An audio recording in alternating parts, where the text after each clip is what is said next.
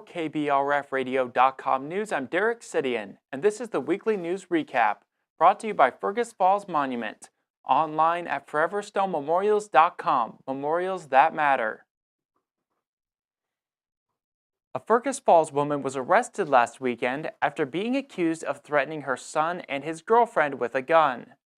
According to Ottertail County prosecutors, 46-year-old Tammy Hendershot was arrested Sunday morning after an altercation between her and her son escalated. Hendershot told deputies that she had used a racial slur the night before that had upset the girlfriend. She said that while she and her son were arguing about the previous night's events, the girlfriend walked into Hendershot's room. Deputies say that when the girlfriend entered the room, Hendershot hit her for not leaving her personal space, and the girlfriend hit her back. Hendershot grabbed a gun that she says was not loaded, and her son wrestled it away from her. The girlfriend told officials that when Hendershot grabbed the gun, she said, quote, "I'm going to shoot you," end quote. Hendershot was brought to the Ottertail County Detention Facility and made her first court appearance Monday morning. She has been charged with threats of violence and assault. A former Clay County Jail employee has been charged with sexual misconduct. 23-year-old Chloe Nord of Fargo was arrested last weekend. The Clay County Attorney's Office says Nord became romantically involved with an inmate between last November and January of this year. The inmate told investigators that he and Nord planned to continue their relationship after he was released. He said Nord touched him inappropriately twice while he was in jail. She initially denied physical contact, but later said she, quote, fell under his spell, end quote. Nord briefly worked as an officer with Grand Forks Police after she left her job at the jail in Moorhead. A jury in Becker County has found a man that shot another man in a Frazee trailer park not guilty of manslaughter.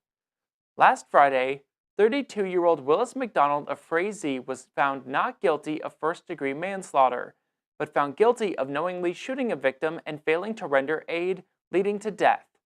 According to Becker County deputies, McDonald shot 31-year-old Arlen Bergstrom Jr. on August 10, 2024, after Bergstrom had punched through McDonald's car window and assaulted him. McDonald told deputies that he had feared for his life and reached for his handgun. Bergstrom then also grabbed at the gun and McDonald fired, killing Bergstrom. McDonald left the scene as a witness that was in his car called 911. The witness confirmed McDonald's story and said the two men did not know each other before the incident. McDonald is set to receive his sentence on April 23rd.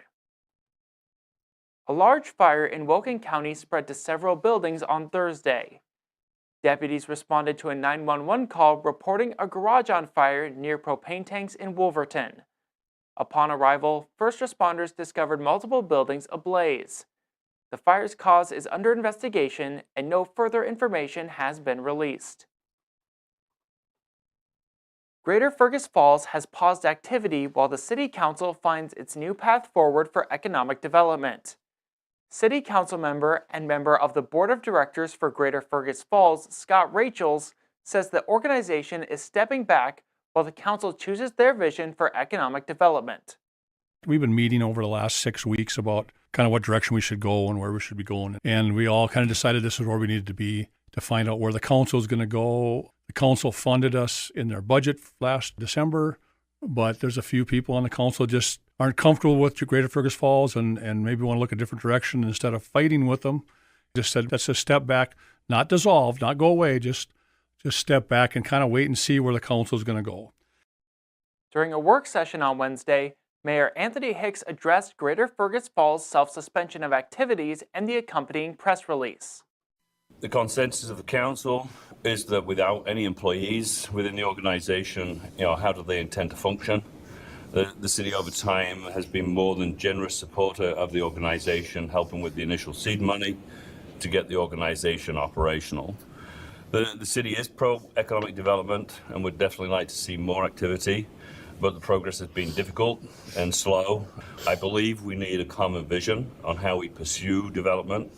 Over the course of the next few weeks, we can help shape and define the course we take with input from multiple sources.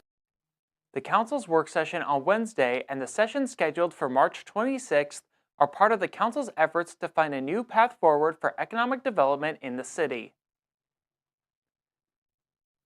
Ottertail County has been awarded a $240,000 childcare economic development grant from Minnesota DEED.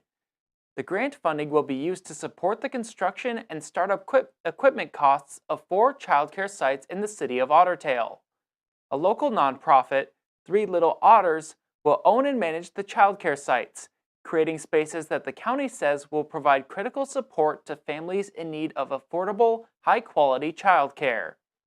Three Little Otters founding members Alex and Tyler Roop shared, quote, "We are thrilled to bring more accessible daycare to Ottertail and the surrounding areas, supporting the growing families in our community. It has been our dream to create a welcoming space where providers can offer quality care, and we can't wait to see that dream come to life," end quote.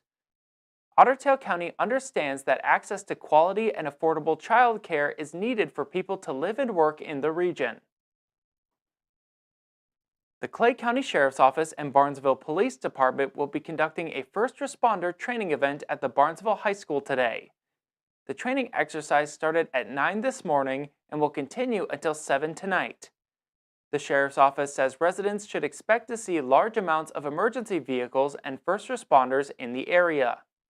Authorities are advising the public to stay away from the training area to ensure safety during the exercise. With St. Patrick's Day around the corner, the U.S. Department of Transportation's National Highway Traffic Safety Administration, the Ottertail County Safe Communities Coalition, and the Ottertail County Sheriff's Office are urging drivers to remember that drinking and driving is deadly and never an option. Every St. Patrick's Day, alcohol-impaired driving takes the lives of community and family members across America. Sergeant Alan McCash with the Ottertail County Sheriff's Office says, quote, "Embracing St. Patrick's Day and its traditions is one thing. Engaging in the deadly behavior that is drinking and driving is another. Feeling buzzed and getting behind the wheel puts lives at risk. As law enforcement officers, we witness firsthand the devastation and loss caused by alcohol-impaired driving, along with the lasting pain it inflicts on families, friends, and entire communities," end quote. The Sheriff's Office says drivers should be safe during St. Patrick's Day by planning ahead if they intend to drink. They shouldn't wait until after drinking to plan how to get somewhere, as alcohol impairment clouds a person's judgment. If a driver finds they are unable to drive, they should give their keys to a sober driver so that person can get them home safely. This has been the Weekly News Recap, brought to you by Fergus Falls Monument, online at foreverstonmemorials.com, memorials that matter. For KBRFradio.com News, I'm Derek Sidian. Tune in every Friday at 12:30 on KBRFradio.com or on the Fergus Now app to stay up to date with local news. Get more news at KBRFradio.com. Sign up for email news sent right to your inbox, delivered by Cooper's Office Supply.